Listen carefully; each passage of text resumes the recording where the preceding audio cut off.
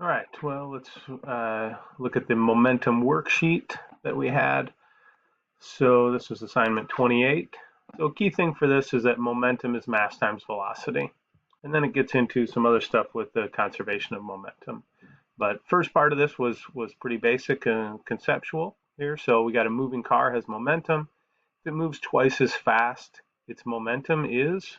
So here we're doubling the velocity. It's going twice that, so its momentum, if velocity is times 2, then momentum is going to be times 2. So it's going to be twice as much. Two cars, one twice as heavy as the other, move down the hill at the same speed. So now the only thing different here is their mass. They're going the same speed, same velocity. So the momentum of the heavier car is twice as much. Recoil momentum of a cannon that kicks. So that's I shoot the cannonball out. That makes the cannon move backwards. And so that's going to be the same as the momentum of the cannonball that it fires. Those will be equal. And if you think about conservation of momentum, whatever momentum the cannonball has going this way, the cannon would have the other direction. The cannonball has a lot less mass, so it goes a lot farther. Then we got Granny and Ambrose here whizzing around.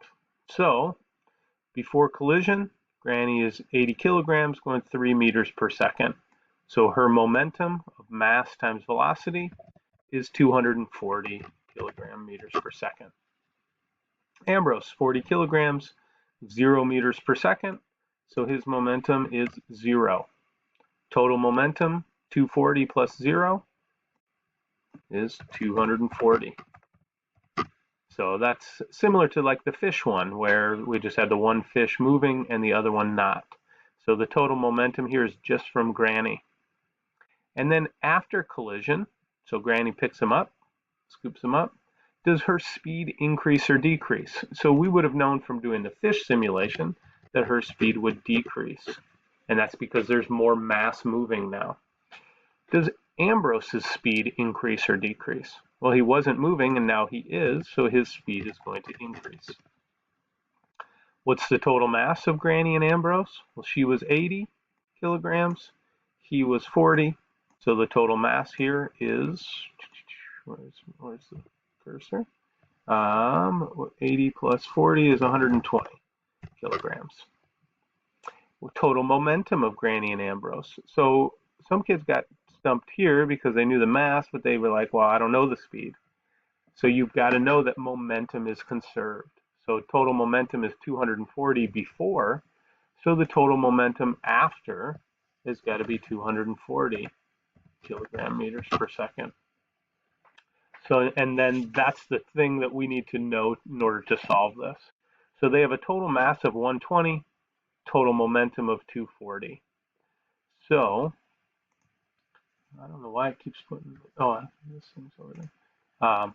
So if momentum equals mass times velocity, and we know that the total momentum after is 240, and the mass is 120, times the velocity, we've just got to do some algebra to solve for V. And to do that, I just divide both sides by 120. So 240 divided by 120 is 2. It's velocity, so it's meters per second. So that's how you'd figure out the speed that they were moving.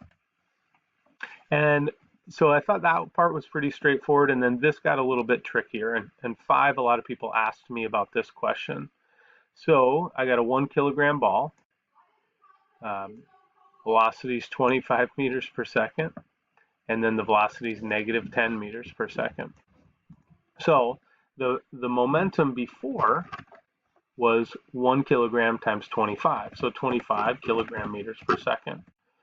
After going negative 10, so the total momentum is negative 10 kilogram meters per second because the ball had a mass of 1. So if I do the change, then that's the final minus the initial, or the after minus the before. So negative 10 minus 25, which equals negative 35 kilogram meters per second.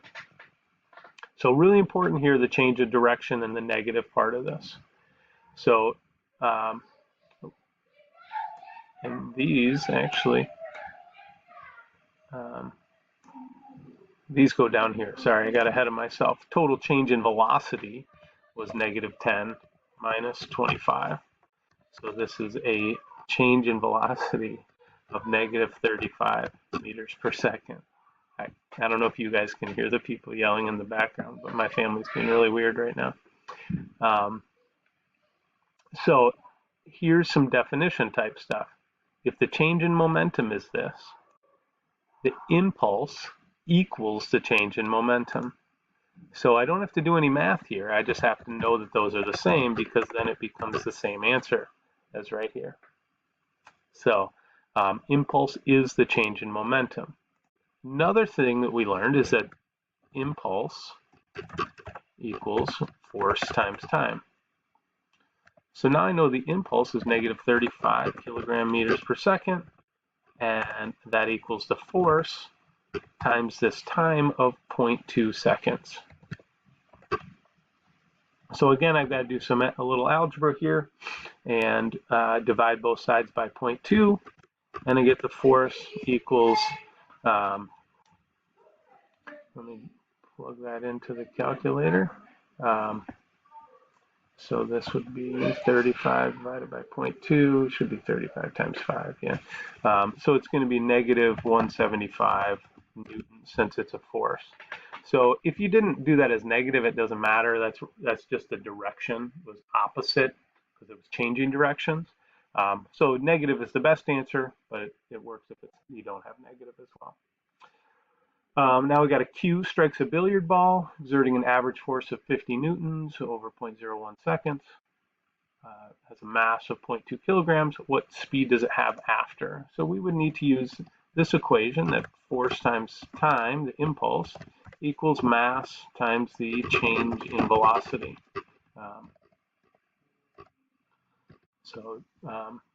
Mass times the change in velocity. So impulse is change in momentum. So once you know that, then you just start plugging in the numbers here. So 50 times 0.01 equals 0.2 times change in V. And 50 times, oops, that's 0.01. So that just moves the decimal over to 0.5.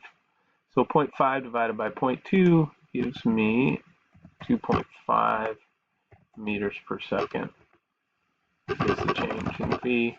And if it wasn't moving before, it's now going 2.5 meters per second. So that's the answer right there. Then now we've got some collision, or a collision here. So 5 kilogram ball moving horizontally at 4 meters per second has a head-on collision with a 4 kilogram ball moving towards it at 2 meters per second. So since it's moving towards it, let's call this a -2 meters per second. And 5 kilogram ball continues like this. What's the speed of the 4 kilogram ball after? So what we've got to do for this is we've got to set up a before and after. And let's put after below. So before, I know that the 5 kilogram ball going 4 meters per second, so that's a total momentum of 20.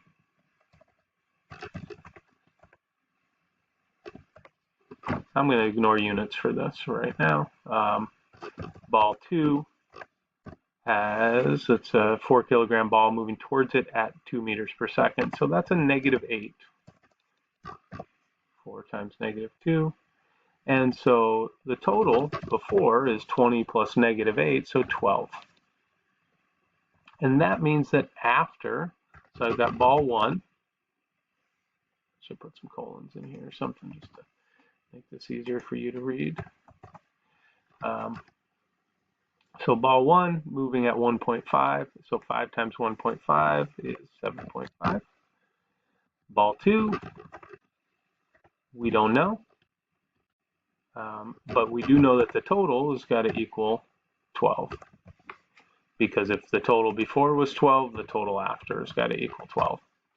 So now, if this is 7.5 and the total is 12, then that means that this one has got to be a total of 12 minus 7.5 is 4.5.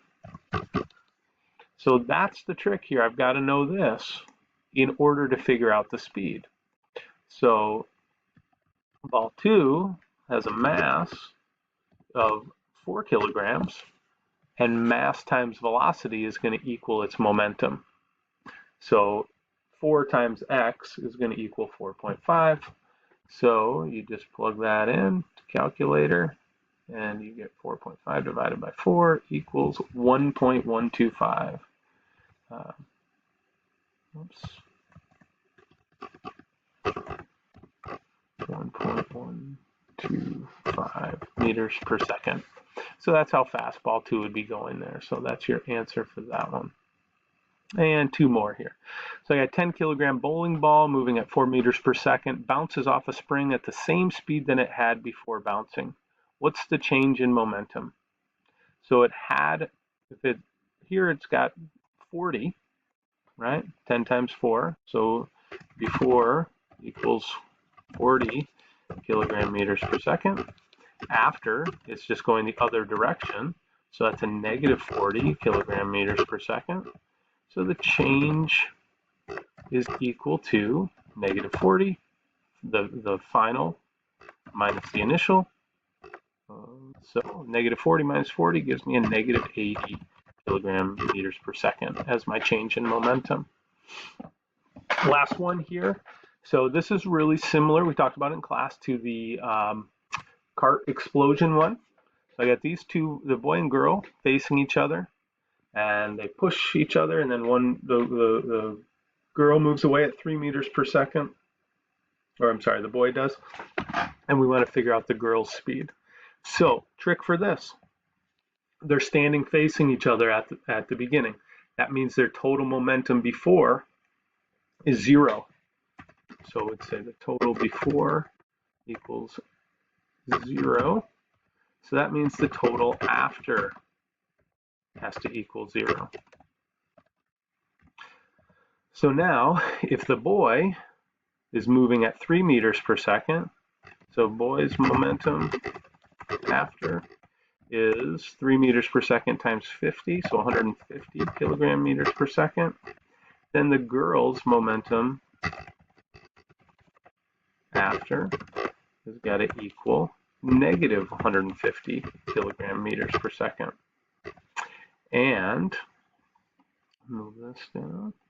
So the girl has a mass of 30 kilograms. So do it like that, getting fancy.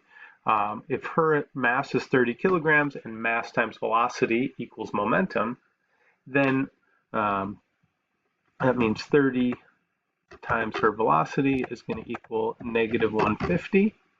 And so that means her velocity has got to equal negative 5 meters per second. Oops.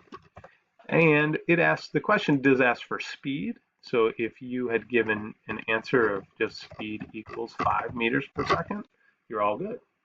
Velocity technically would be negative there, but either way it works out great. So that is the momentum worksheet, and if you're looking that over and have questions, just let me know.